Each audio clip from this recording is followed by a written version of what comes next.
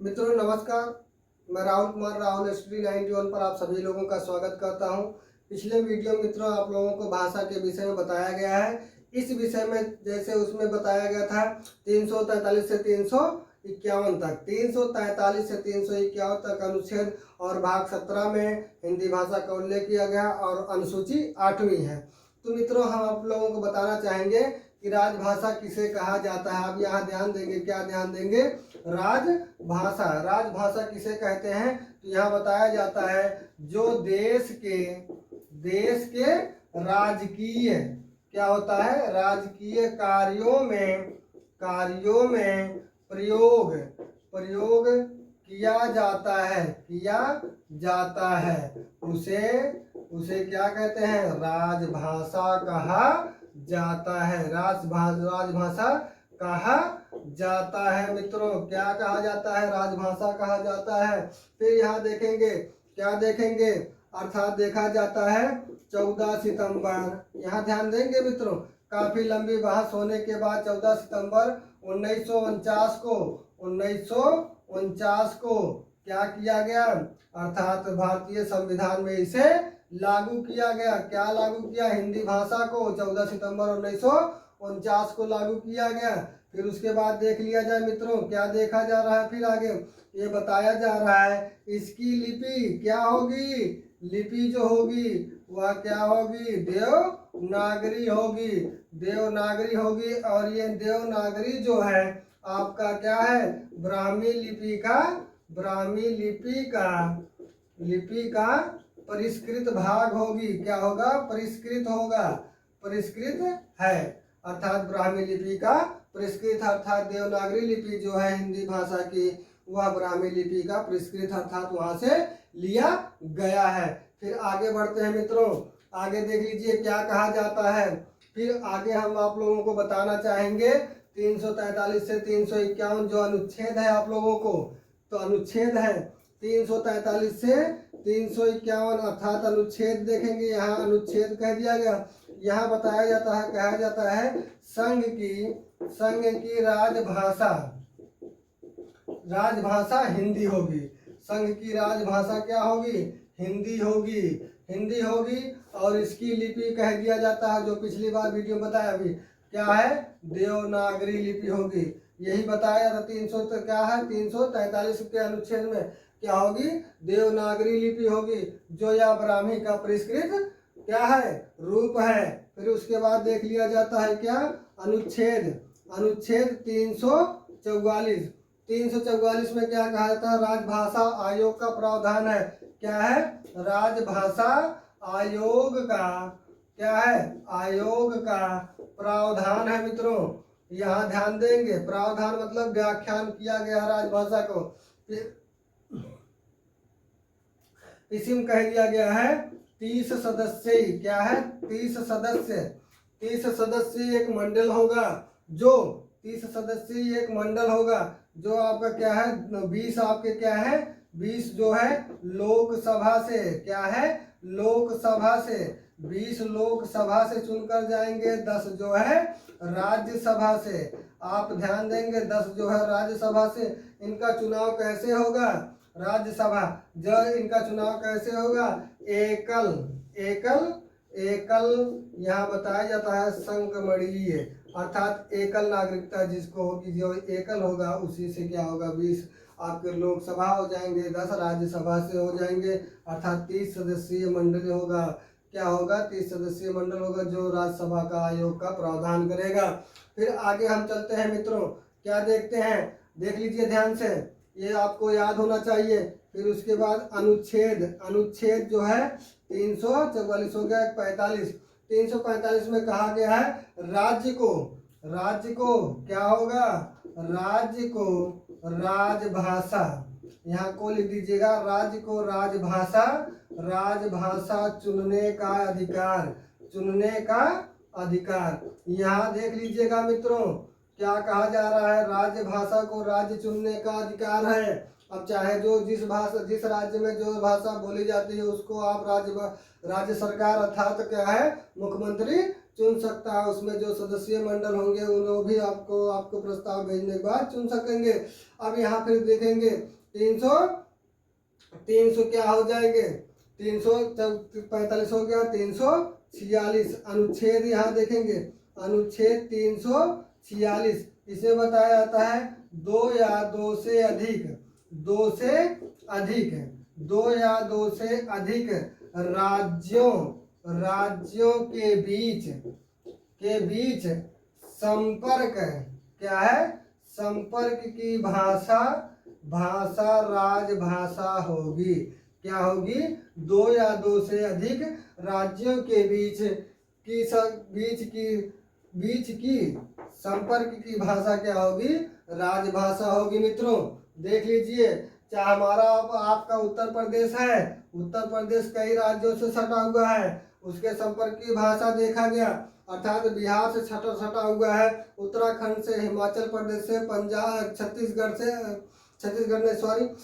मध्य प्रदेश से, और यहाँ जाकर जाएंगे राजस्थान से, चंडीगढ़ से, दिल्ली से, इस प्रकार से राज्यों से सटा हुआ है। इसीलिए हिंदी को और संस्कृत और उर्दू को राजभाषा के अंतर्गत रख दिया गया है। मित्रों अब यहाँ देखेंगे क्या बताया गया है, अर्थात दो या दो से अधिक राज्यों के बीच की संपर्क की भाषा क्या होगी, संघ की राजभाषा होगी, अर्थात राजभाषा होगी, और संघ में ही कहा जाएगा, अर्थात भारत देश में।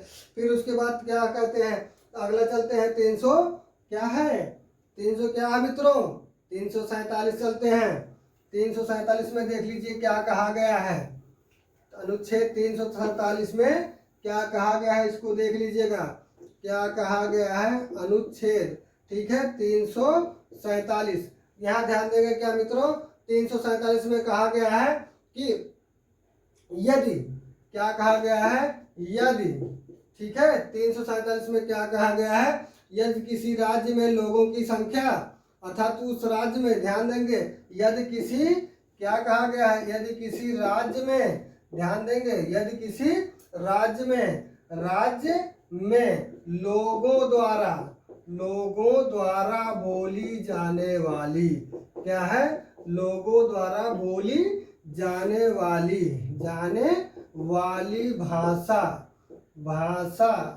भाषा अधिक बोली जाए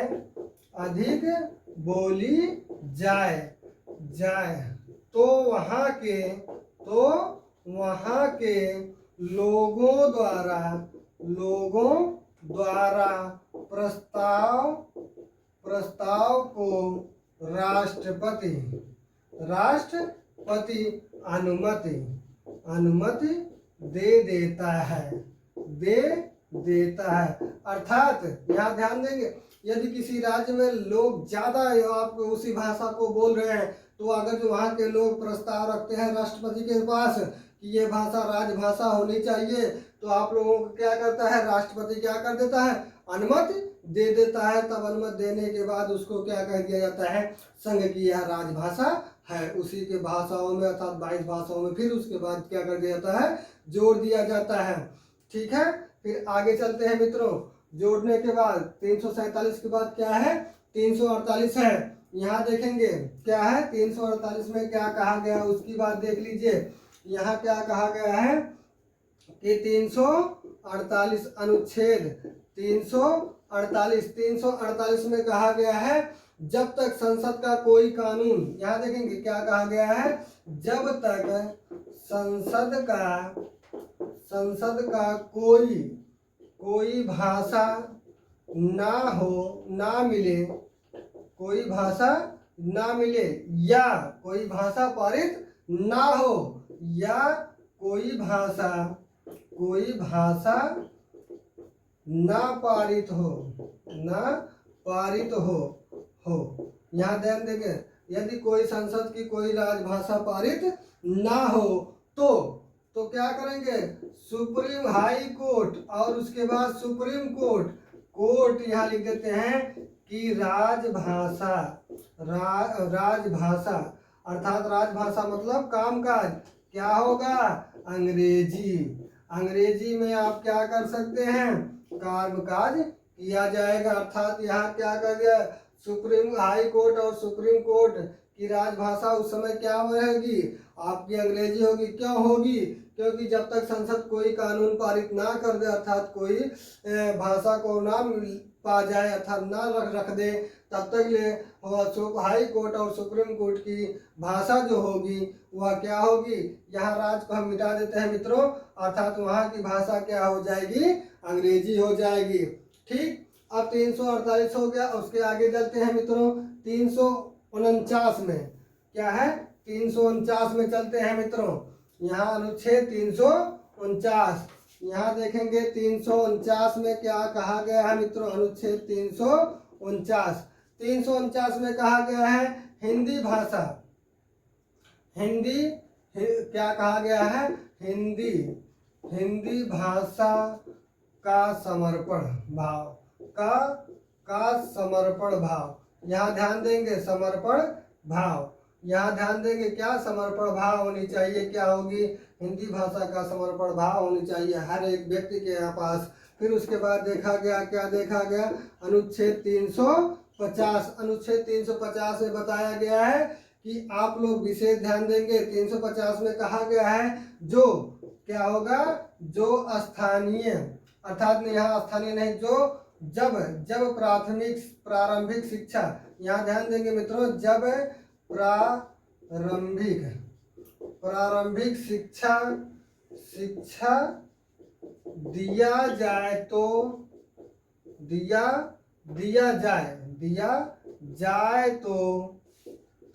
उसके अर्थात बालक के, यहाँ विषय यहाँ लिखेंगे, बालक के स्थानीय भाषा में दिया जाए। क्या दिया जाए, यहाँ देखेंगे, जब प्रारंभिक शिक्षा दिया जाए बच्चे को तो क्या है, उसके क्या है, स्थानीय भाषा में दिया जाए, अर्थात जो भी भाषा वो बोलता है होगा उसी भाषा में उसको क्या कर दिया जाएगा, उसको दे दिया जाएगा। क्या दिया जाएगा, अर्थात उसकी भाषा में है उसको ज्ञान दिया जाए। अब देखेंगे अनुच्छेद देख लीजिएगा मित्रों 351 में क्या कहा गया मित्रों, इसको विशेष ध्यान दीजिएगा। ये बताते हैं कि हिंदी क्या है, हिंदी भाषा का क्या है, हिंदी भाषा को या हिंदी भाषा को प्रत्येक व्यक्ति क्या करे, विकास करे, अर्थात प्रचार और प्रसार करे। आप लोग जान लीजिए 343 से 351 तक इसी प्रकार से अनुच्छेद है मित्रों। आप लोगों को अगर ये अच्छा लगे तो चैनल को सब्सक्राइब करें। इस प्रकार से नोट्स प्राप्त करना चाहते हैं तो आप लोग इसी पर बने रहें मित्रों। सबसे यहाँ आप लोग ध्यान देंगे, सबसे अति आवश्यक कार्य क्या है, जब पूछा जाता है, यही पूछा जाता है कि अनुच्छेद 350 में क्या है।